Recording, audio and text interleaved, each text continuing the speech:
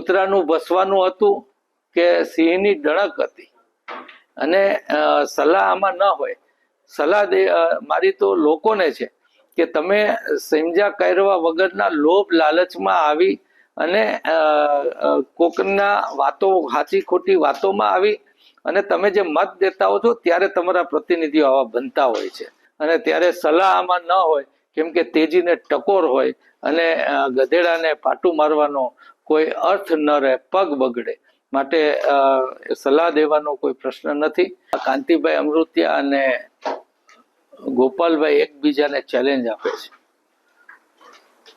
ગોપાલભાઈ ખૂબ વિસાવદરના લોકોને મજબૂત પ્રતિનિધિ બની બતાવી એવી લાગણી વ્યક્ત કર્યા પછી ભેસાણના રસ્તાઓ માટે એને લડવું જોઈએ અને ગુજરાત આખામાં ફરવાને બદલે પોતાની લોકપ્રિયતાને વધારવાને બદલે એમની જવાબદારી વિસાવદર પ્રત્યેની વિસ્તારની છે એ નિભાવવાનો એમણે પ્રયત્ન કરવાને બદલે ત્યાંના રસ્તાની ચિંતા મૂકી અને મોરબીના રસ્તાની વાત કરે છે.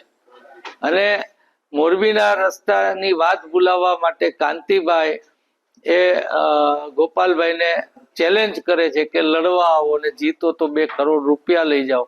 2 કરોડ રૂપિયા દેવાની એમને વાત કરે છે ત્યારે બેમાંથી કોઈ પણ એક વ્યક્તિ એવું નથી બોલતા કે આમાં લોકોના પરસેવાના પૈસાથી ફરીવાર ચૂંટણી કરવી પડે તો એ પૈસા બેમાંથી કોણ આપશે એની ચર્ચા લેશ માત્ર થાય છે.